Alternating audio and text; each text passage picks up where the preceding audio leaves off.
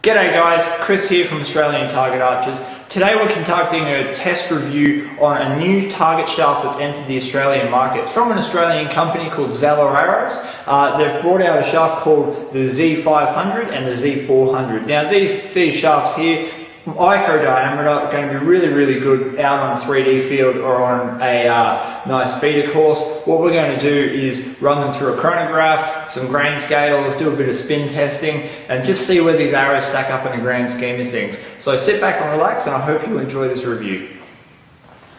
One of the first tests we're going to do today is a grain scale test. What we've done is taken 3 random shafts out of the shafts that we were sent from the Z400 line. Now, as you can see, there is no point and there is a knock installed at the other end. Now, these are the knocks that come pre-installed, and I want to include these in the grain weight because this is most likely what you'll end up using is that knock.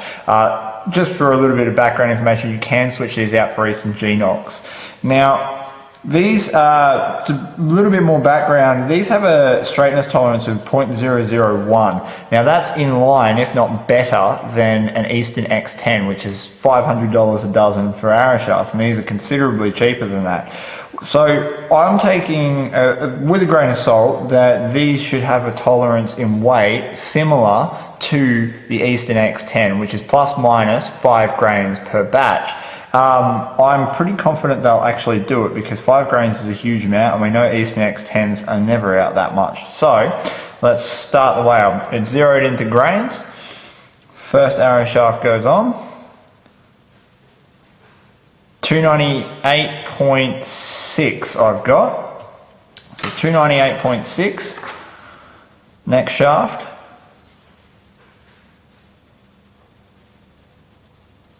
298.6. So that's pretty phenomenal. That's 100% spot on. Third shaft. 298.4. So there's literally 0.2 of a grain difference between 3 random shafts that I've selected in the Z400 line. What I'm going to do is put these over here. I'm going to get my big packet of other arrows, and I'm going to pull out 3 more. As you can see, shafts, random 3. Of the 500s. Now, I want to see what these are. So Z500s, Z500. Let's try these. 264.4, 264.6. Now these are a little bit lighter because they are the 500s, so they're 8.14 grains per inch as opposed to 9.3. So hang on, make sure. 264.4. No, 264.6. Alright, 264.6, next random shaft, 263.8, so there was 0.6, so half a grain difference between those 2 shafts, so the Z500s haven't been quite as impressive as the other ones. 267.6, so that's a considerable difference, 267.6. 264.6. So between 2 of those shafts, the Z500s obviously don't have quite as tight tolerance, or I've picked 3 really different ones. Let's have a look. 267.8, 263. So we're talking about 4 grains difference, which is still within the Eastern tolerances for their X10s, which is 5 grains per inch. The only difference is Eastern match their sets, as these don't. Now, let's put it a little bit more perspective. 2 or 3 grains difference out is not a huge deal. When you're talking about arrows like this, by the time you put your points on, your fletchers, and glue them up, you're probably going to run into slightly more difference anyway. What we want to keep in perspective, if it was 10 grains out, I'd be worried, but 3 or 4 grains, that's not too shabby. And especially the Z400s being less than a grain out between all the shafts. So grain-wise, I'm really impressed. I'm a little bit surprised about the Z500s. I would have liked the tolerances to be tighter, but again, it's not that big of a deal when you're talking about such a small amount of grains out. 10 plus is bad, I would say. That's when you're really going to start running into problems. What we're using to test these Zelor arrows is a PSE Supra ME. This bow's been kitted out with a few extras that are pretty good cross-section of what you could expect to see at your own club. People buying second-hand gear, some of it, and some very nice custom brand new stuff as well. So from the top, we're using a Trueball HT Pro release aid, back tension. We've got the Supra kitted out with some 60X custom strings, Cartel Mitre sight with a 2-power scope. We've also got a Nap Quick Tune rest on it. This is a nice, simple, basic setup rest. We've got carbon dynamic stabilizer bars, V-bars on the back, big long bar on the front, and that's pretty much it. It gives a nice representation of what you can expect to see at your own club. Now what we're going to do is just fire a few arrows so you can watch them shoot.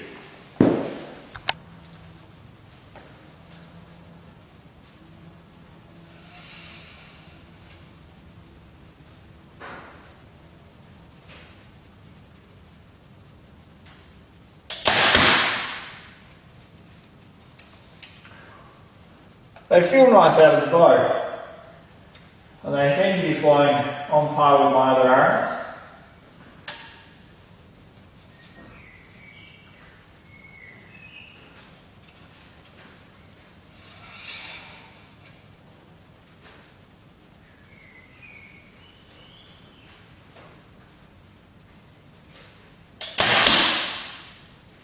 Proof's going to be in the pudding though. We're going to see how the group is up the other end.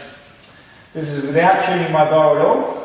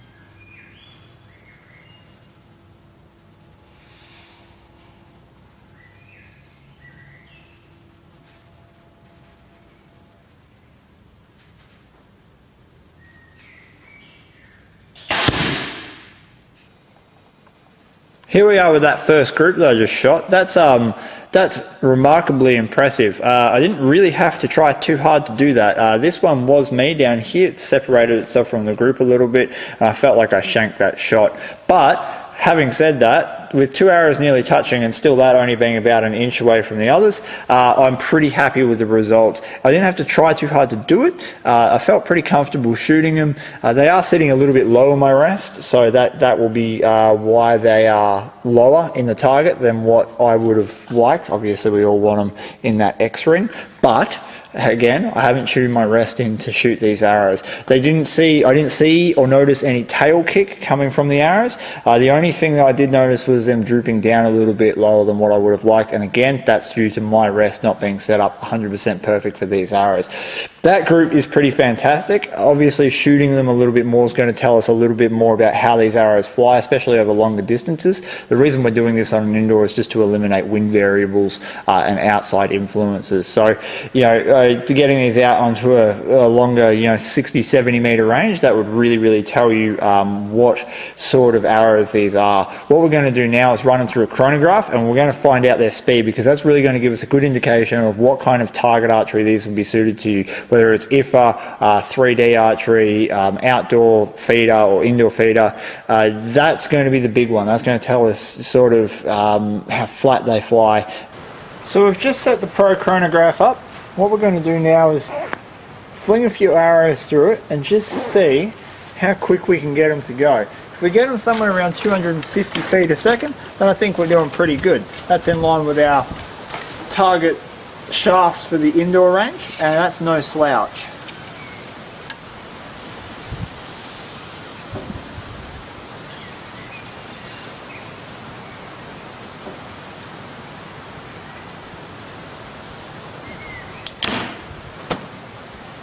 Nice.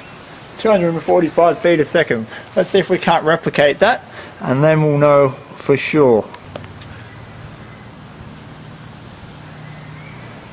So we're ready for shot 2. 245 is displayed on the screen right now is the 245 from the first arrow.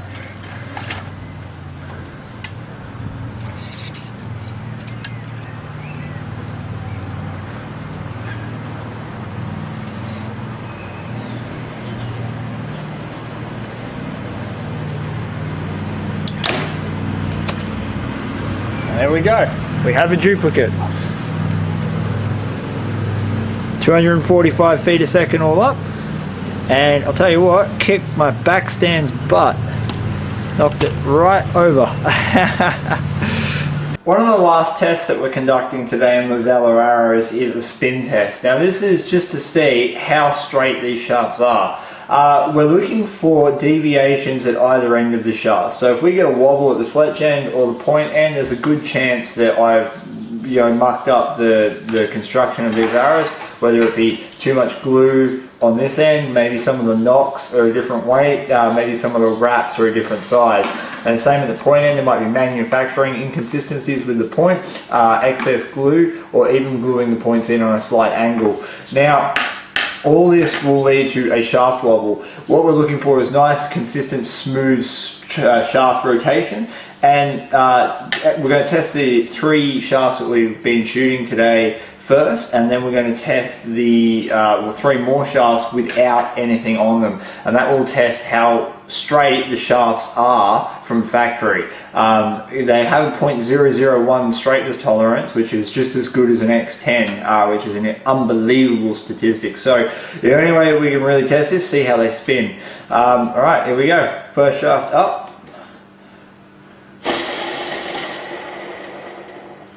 Now that is not too bad. There is a little wobble there at the west end of the shaft. Now we'll show you this.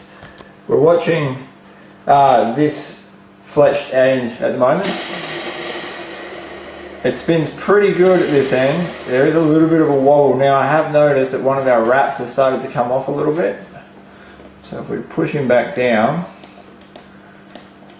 and we'll try again, we'll just see if that changes anything. Still a little bit of a wobble. Now this is one of the 400 shafts. Let's try the other end. Move it around a little bit. So we're looking at the point end now.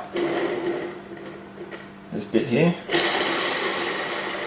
And the point's pretty consistent. Alright, so that one we've got a little bit of a wobble. Now that's nowhere near as bad as I've seen, but there is a wobble there and we don't want any. Once again, let's try this. Second shaft. Now that's much better. That's spinning absolutely perfect, and this is a 400 shaft as well. We'll show you the other end. No deviation at all on that one, so that one is perfectly good. And there's nothing on that one either. Nothing at the knock end. And at the point end, nothing. Beautiful. Alright, so we're going to reset and we're just going to get 3 other shafts and we'll test them. Shafts are 1 500 and 2 400s, and these are bare shafts, so there's nothing at either end other than the pre-installed knock. So what we're looking for, oh that's very nice. There's absolutely no deviation in that, so if I show you the knock end, just watch that knock, go down here so you can see it all the time. Spins nice and clean. Alright, next shaft. Same thing, this is a 400, that was a 500. Beautiful. That's very, very good spin. Both ends. Yep. So they're both spinning very nicely. Last shaft, this is a 400.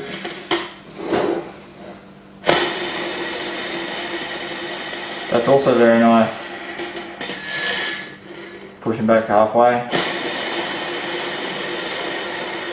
There's no deviation in that one either. So out of the blank shafts, there is absolutely no deviation.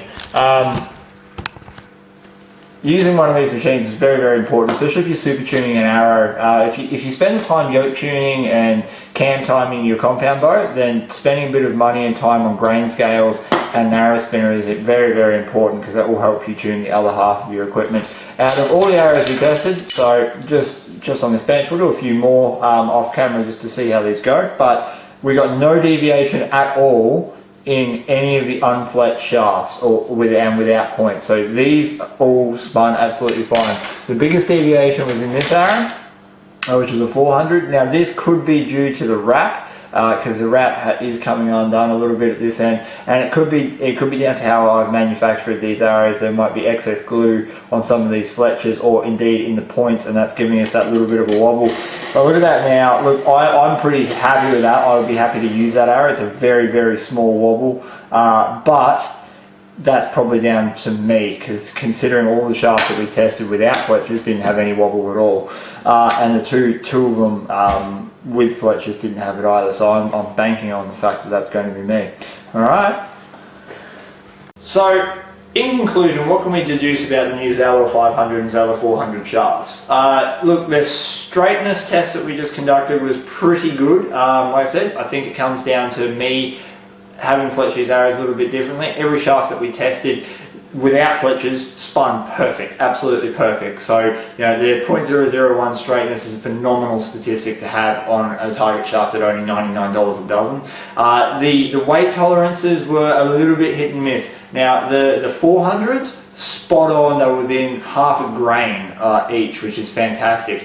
As the Z500s showed a little bit more variance. The biggest variance we got was 4.2 grains. So 4.2 grains between the lightest and the heaviest. It's not overly bad, like 4.2 grains is less than a third of a gram. And you're not talking about something that's probably going to throw your arrow off spectacularly. I would have liked to have seen in the Z500s a little bit better of a tolerance range. In the Z400s, however, they were fantastic. They were spot on. They were amazing. All the weight ranges were within less than a grain, less than 1 grain tolerance, which is fantastic. When we talk about grouping and shooting, now my bow, I noticed, was making a little bit more noise using these than what they were using my target arrows. And when we're using these arrows are actually slightly heavier than my target indoor arrows, how they're set up at the moment.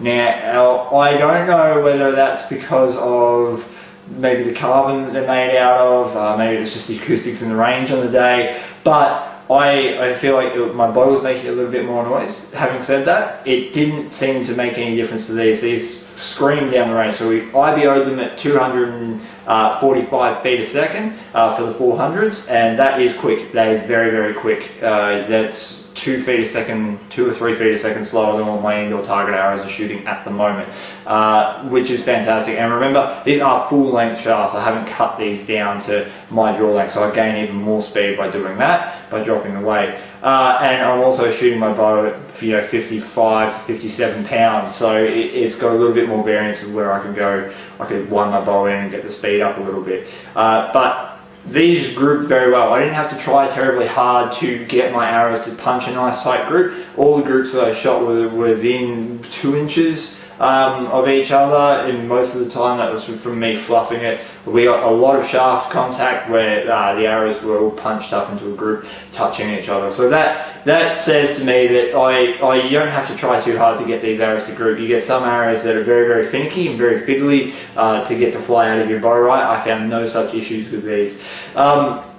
I'm really impressed with the price point at $99 a dozen Australian dollars for the Z500s. It's fantastic, and $109 for the Z400s.